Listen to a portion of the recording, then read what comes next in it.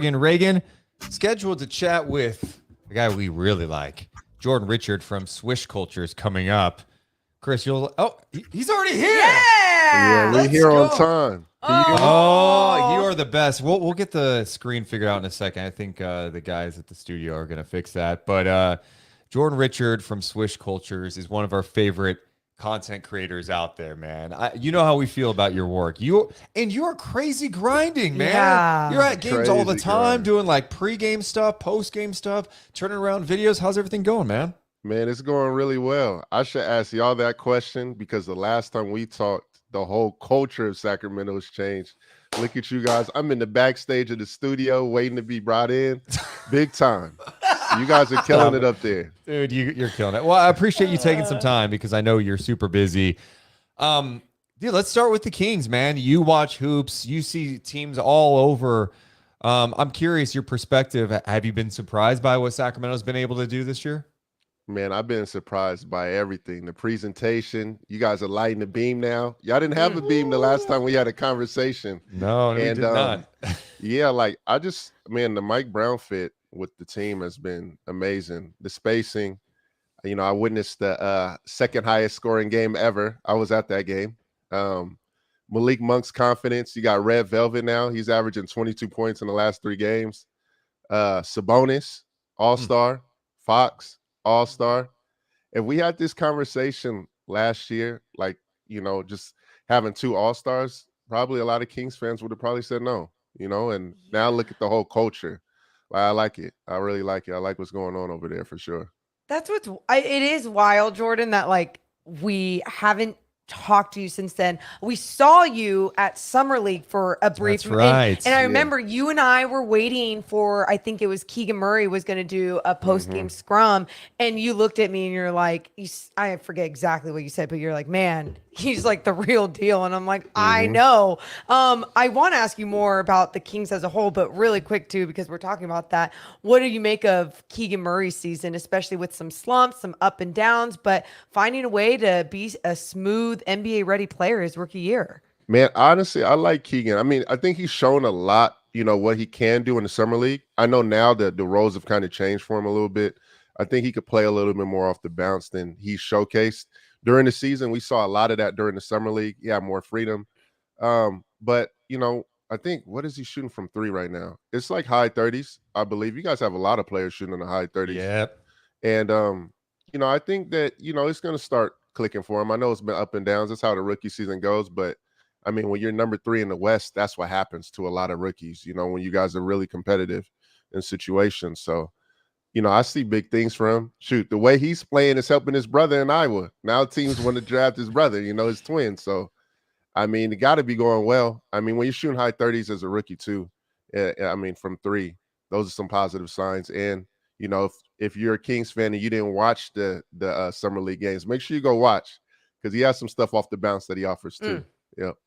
Yeah, the shooting, by the way, this year for Keegan, he's right now 41% from 3. And gosh. He's on pace. Exceeded my expectations. I thought he was high 30s. 40 from 3? Yeah, as a rookie? And he's on pace to break the rookie record for most threes in a season, too. So his spacing, and you're right, I feel like he has a lot more he can offer. We've been seeing more doses of that later in the season with the Kings. And I just think for him, he's such a team guy. I think sometimes he's got to be a little more selfish. Do something with the ball. Don't always look to pass right when you get the rock. No, you're telling the truth. And then I know the KZ thing, at one point was like a situation, figuring out if I'm the starter or not. I know that was a question I was probably asked a lot in the early goings of training camp. And just like you said, I think he has the confidence, but I do want to see more off the bounce because he got that for sure. We saw a lot of that in Summer League. And those are some things I was really surprised by. I didn't really know, how much a bag that he had. So it's good to see. You mentioned being at that double overtime game in LA between the Clippers and Kings. You've seen a lot of basketball in your time. Of course, people should know you played pro ball too. Yeah. And now you're in the content game and your content's amazing. But when you're seeing that type of offense, what was going through your mind watching that game? Man, I couldn't believe it. And then, Malik Monk was on the Lakers. And I was like, in my mind, I was thinking man, Lakers should probably have re-signed that guy because I saw him drop 45 in that game. But it was crazy because from the start, Kawhi probably had only missed 4 shots. He ended up missing 6 in that whole game. And then, De'Aaron Fox, oh man, like what he's been able to do in the mid-range, like we talk about the speed, we talk about all those things, but like how his game has evolved, I was thinking about that. And then, Malik Monk, 45 in that game. I think one of the plays that sticks in my mind right now, transition, gets the steal, jumps on 2 feet, and then gets the dunk. I was like, oh yeah. Yeah, that was a crazy game. Russ's first game too as well. And yeah, man, the Clippers have not been able to beat you guys 2 times at the end of games. Crazy. Well, which is wild because, you think about what the Kings aren't doing on the defensive end, right? And you look at this Western Conference, Jordan, whenever we talk about playoffs, which is obviously most likely going to happen. I love that you hesitate on it because you don't want to like jinx it. I don't want to jinx it, even though it's like factual, but it's like I'm not going there. Just like it's the weird fan in me that's like, no, I can't do that. So, if the Kings make the playoffs, do you think that they will be an actual threat in the playoffs? Well, when they make the playoffs, they're definitely going to be a threat. I think y'all can go ahead and safely say that you guys are. I know you guys have a lot of high-scoring games because I saw like the Minnesota game was a high-scoring game too. But the Sabonis factor, and then you guys have when you have shooting as premium as you guys do, and then you have situations where Monk can get hot. We see Red Velvet, Kevin Huerter, when he gets hot, it can get going. Shoot, when Keegan gets hot, it can get going. We don't need to ask about De'Aaron and Sabonis because they've been hot all season. I think there shouldn't be nothing to worry about. I think you guys are a team that, can make some noise in there and a team that's going to be tough with the spacing you guys have. So, and not to mention Sabonis. Steven Adams has said it himself. He's one of the strongest men in the NBA. You can ask around the NBA. They talk about him being one of the strongest. So, yeah, it's going to be tough. You mentioned Fox and what he's done at the mid-range. It just seems like he is more comfortable than ever in all aspects of the game. And, it takes time. We always want these guys to come in right away, especially when they're, top 5 pick and be like, oh, you got to be good. Year 2, year 3. Well, it's year 6 for Fox. And it's just like, he's just taken such a serious jump with his game. The late game stuff has been tremendous. What has jumped out to you in his evolution as a player? Shooting a 3 ball. And being able to shoot in the mid-range. For the longest time, we heard about, oh, he can't shoot, and we always talk about his speed and his athleticism, but, Fox has kind of slowed the game down for himself. He's getting to his spots, using moves to get to it, like, an elbow jumper. Like, that's some of the things that I've been noticing about him is that, we probably don't talk about it enough, but his mid-range and his three-point shooting. I haven't really heard someone really complain about it as much as they used to in his early years. And you could tell that's something that he's really worked on. So I think those things have been a good thing. But I have a question for y'all about that. Ooh. Last year, if I talked to a Kings fan about the Tyrese Halliburton trade, that would sting. How is the thought process now? Because in the last, you guys are third. Mm-hmm. Are people still talking about that trade still to this day and how it's things? Or they're more so like, we got a good team now. Sabonis is an all-star. He's doing this thing. Jordan, you know how it works in sports. Winning can heal almost anything. And I think the only thing because I'll be honest with you, I think Sacramento has a really smart basketball fan base because I think in some more emotional than others. Mm-hmm. But I think when some of the smart fans come through and what they really talk about is like, look, I really like the way that this looks right now, but I still have to wait years down the line. Like, what if Tyrese becomes this, generational player, whatever it is. And so right now you can say both teams won this trade and both teams got better from this trade.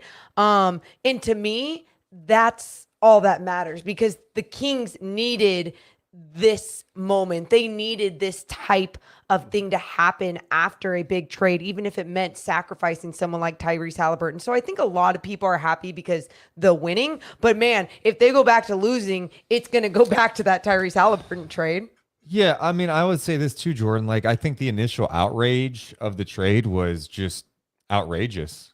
I mean, like, I feel like people around the league, even people who cover the league, totally diminished what Sabonis can do as a player. And I don't know if it's because he was in Indiana and people aren't paying attention to the Pacers and what he has done. I mean, he's made the All-Star team before twice.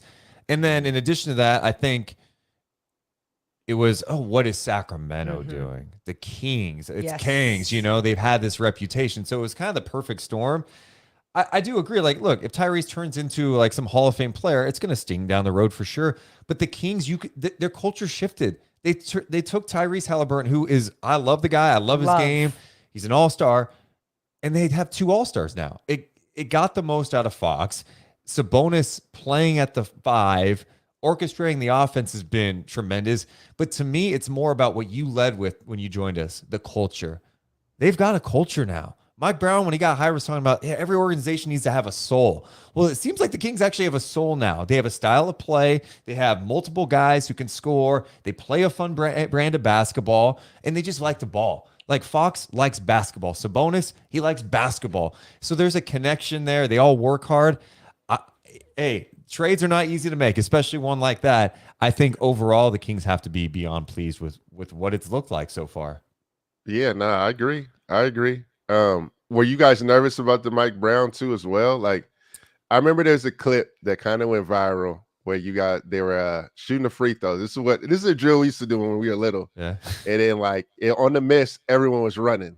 Yes. And like, I remember that drill went kind of viral. They were like, oh man, like, is everyone gonna buy in? Do you have the guys to buy in? But hey, everyone's believing in that coach over there. So how have you seen the shift from when you guys got Mike Brown to now? Oh, man. Oh, I mean, Jordan, it doesn't only start on the floor. It truly is the entire organization has bought into Mike Brown as a new way to build a culture and a soul for this team. I mean, he's bringing in security guards, PR staff, and like when it's their birthdays and people are singing to them after, right after practices. It's all of those things combined, sure, can add. But I also believe what you just mentioned, because I have said this for years, and I'll never forget when George Karl was coaching the Sacramento Kings. We were in San Diego. It was a training camp. And I asked him something about, like, why don't you, make guys run, like use running as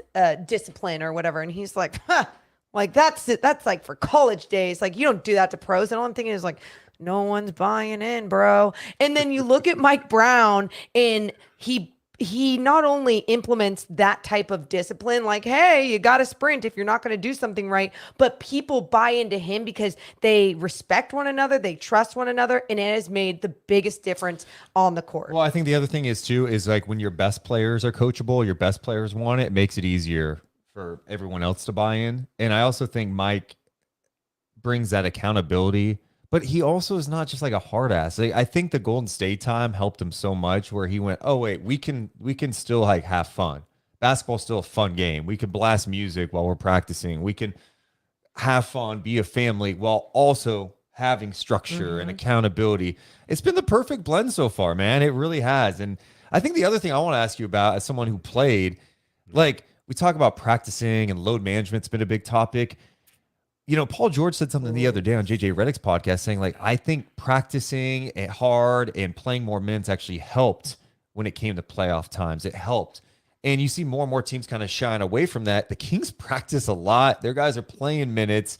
It seems like in the fourth quarter of games, it really helps them too from a stamina standpoint. Do you think that, like, load management, we should kind of relook at this type of stuff and go back to practicing kind of more and make it more challenging, more minutes? How do you feel about that?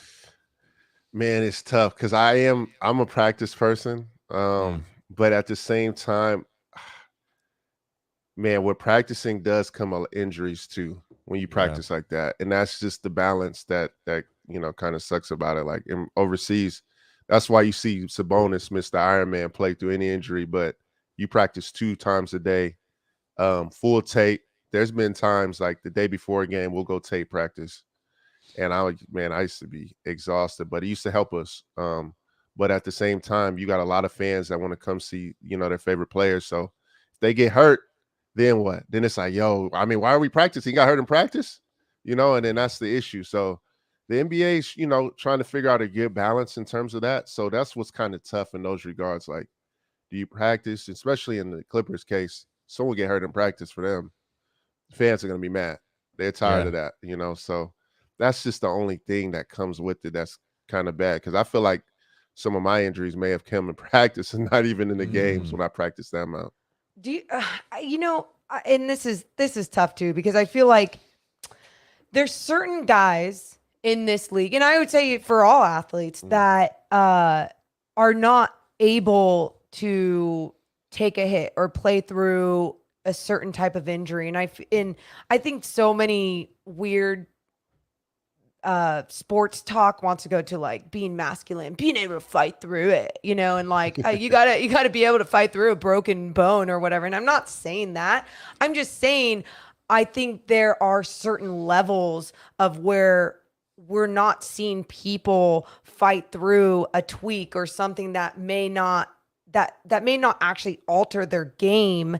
And I don't know if we're going to see a shift in this the more and more we talk about rest and guys needing rest. Do you think it's something that we do need to look at? And not to say that guys need to toughen up. I just think it's something that, like, when you look at all of these training staffs, maybe we're looking too much into every single injury, or is that just what we're going to do nowadays?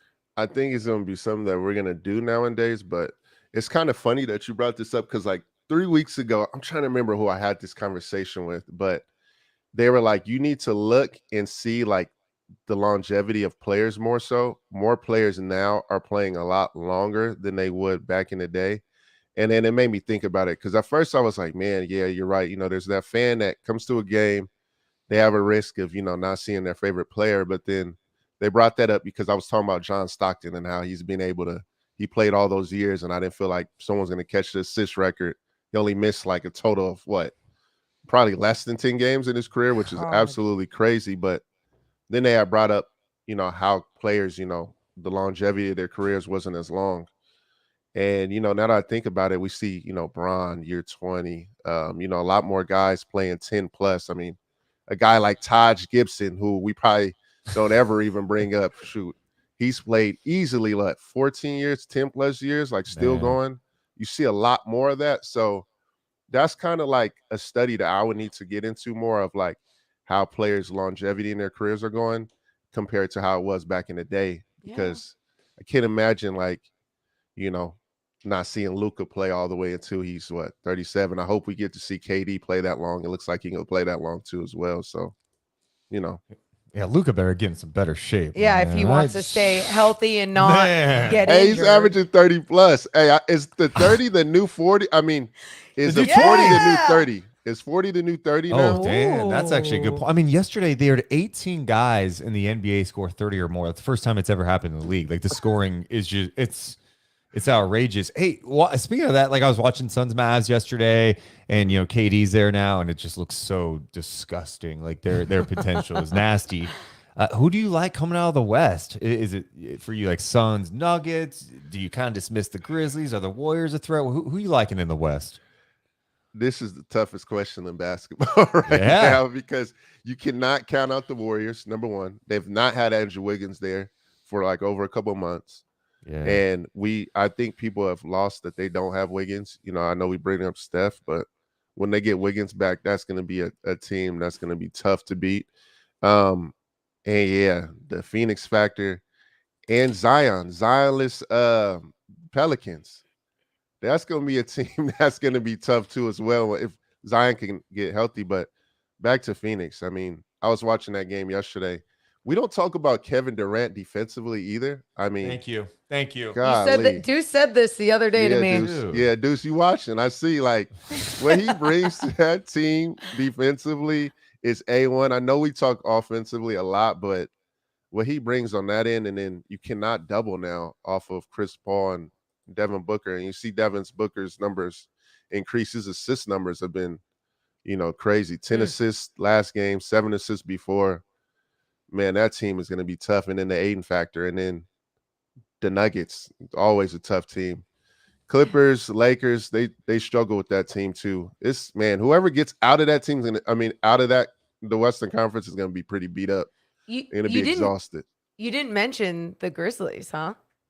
I like the Grizzlies, but man, it's tough when you got Phoenix, Clippers, I know. all those guys, Warriors, like they and credit to Grizzlies because they tried to make a run and in the trade deadline. I think they just need one more piece, but I still like the young talent. They got a lot of young talent with Bane. They got a steal in Bane. Triple J's killing, Ja. But they got to get one more, in my opinion. Yeah, and it's been a weird year for them, man. And hopefully Ja can get back soon for Mhm. them and be in a better spot because Mhm. can't really win without that guy. No. Like, I'm sorry. I know, like, even yesterday against against the Clippers, it was saying that they even put 51 in the third. Tyus Jones is one of the best backup point guards in the league, but Mhm. They needed Without they him, needed a closer. I can't take him serious, man. And maybe this is going to be an offseason where they got to think about some things and get into a better spot, maybe make a move or something. But they don't look like a championship team to me, or a team that's coming out of the West, especially with all the other moves that have been made. That's how I look at it. And it's tough because we look more so, and I was thinking about this too, like when, even when the Clippers got Russ, like we look at big names a lot. And I was thinking about that. I think that's what the thing is for the Grizzlies because the Grizzlies they've had 2 good seasons and they've been a tough team. I went to that game, went to the playoff series last year against the Warriors, and there were some tough battles. But yeah, I think probably the name, they need one more. They need one more, and I hopefully they can end up getting that. If it doesn't work out this year, we're gonna see because when Ja gets back, I feel sorry for the because Ja's gonna come back on a whole different type of time for sure. Well, Jordan, I hope we see you doing some like Kings playoff Yeah. content. Oh yeah, man. oh yeah, nah, for sure. I mean, the last breakdown I did, Yeah. shout out to Monk. That's the guy too over there. But I had to make sure I showed both Fox and Monk some love because that game was remarkable that they had put on. Yeah, Yeah. Monk play when he gets hot, man. That's another guy that you talk about. He may not be a star player, but just the joy he plays with, the passion, The the energy he swagger, the brings. soul. Like he brings and I think he brings something out of Fox because of how tight they are. Yep. You got the Kentucky Blue duo back. Yeah. For sure. Them two, are amazing. I mean, together, seeing them two come back together and do what they're doing is absolutely dope. I didn't think that. I know a lot of people had Malik, they were trying to figure out like, how is he going to work in? You got Kevin. We got a lot of wings. We got too many wings, but man, shout out Mike Brown. He's been able to because I'm seeing Kevin cook up. I'm like, man, like he's really good at being able to find the hot hand and then, let that person rock. And I think that's been dope about seeing the Kings. And really quick, yeah, that's exactly it. It's like they all respect one another. So whoever Mhm. has the hot hand, they go to. And Malik Monk is someone who loves he loves every shot that he takes. But man, he's just a fantastic playmaker and just keeps building that 2-man game with Sabonis as well. So yeah, it's been fun. Well, Jordan, hey, appreciate you making some time, man. Keep doing your stuff. We're a big fan of your work at Swish Culture, so keep it up, man. Hopefully, we see you down the road. Man, no, I'm a fan of you too. What you guys have been able to do, you're on the big screen on the TV now, killing it. All the coverage. Fans are lucky that you guys are dude. really each day, putting the work in and giving the fans out there great content. And I love the culture of Sacramento. Hopefully, do you guys think that you guys can get an All-Star game? No, not anytime Ooh. soon, unfortunately. Not No, even with the beam? Hey, if it was up to me, we would. But the league's like they don't have enough hotel rooms, as if like you couldn't go on the outskirts of Sacramento. Look, Salt Man. Lake City doesn't have that many more Yeah. hotels. They had people in Park City. It's gonna happen with the more they win. Yeah, I hope so, Okay. man. Yeah, Okay. either way, you got to get out to Sacramento and see the beam in person. And That's let the us other- know when you do. Yeah. Yep. No, shout out to that. Also, shout out to Mike Brown, Phil Handy. I'm gonna end with this. Phil Handy, Lakers coach, he's won 3 titles. Mike Brown is the first person to give him his opportunity with the Lakers a while back. And he always talked about how detailed Mike Brown's practice plan was. And if it wasn't for him, he wouldn't be where he's at in the NBA now. Multiple, assistant champion. He's had 3 championships as an assistant. And I always hear great things about Mike. I'm glad that it's working out for him, And shout out to Sacramento, what you guys have been able to accomplish Who I didn't ask y'all too. Who is y'all Yeah. Western Conference? Other than Sacramento. Well, I don't. So I I'll don't throw think, that out there. I don't want to make it seem like Yeah. y'all going against y'all team. No, I mean, No. Other than I keep it Sacramento. real. Like, Okay. Sacramento's not supposed to come out of the West this Uh-uh. year, and they're not going to, and it's okay. That's okay. Like, it's Okay. big picture stuff. I think for me, It's got. I mean, it's not even a prisoner of the moment. It's the Suns, right? I'm going with Denver. Ooh. I think Denver's felt the pain. I think you got to remember too. Last couple of years, Murray hasn't been around. Uh-huh. Like Porter, like I think they're healthy. I think they've got more depth than ever. I think they play good defense, and Jokic is a problem. I think this is their year. They can come out of the West. I'm going with the Suns. I just think when you look at that, I'm going a little bit because of the names and the star power, but that star power together, what they can accomplish with Monty Williams, I just think is going to be high level basketball. Mm-hmm. Who you got? Hey, I Gotta don't pick know. one. I You can't gotta even. pick- I got to pick one. You made us pick. Yeah. Man, I made y'all pick. I am so terrified of the Nuggets too. When you brought them up, I'm like, man. Clippers and Phoenix, if they meet each other, You got the man, Suns. I might go Suns. Yeah, Yeah. you might do. go Suns. I Yeah, can't you go do. against one Don't of one. lie. I call KD one of one. Hey, I can't. I'm Yep. with you, Can't dude. go against KD. for Well, sure. hey, man, we appreciate you. Thanks, Yeah, Jordan. appreciate Thanks so y'all time, much, and always. we'll do it again soon, man. Yes, sir. Let's do it. Jordan's the Appreciate you, best, Mo man. and Deuce. Always love. Absolutely. Yep. Always, man. Check him out. Swish Cultures on Instagram. One, came across him because his videos are amazing. His breakdowns are great. He's played ball. Also, his voice, amazing. We're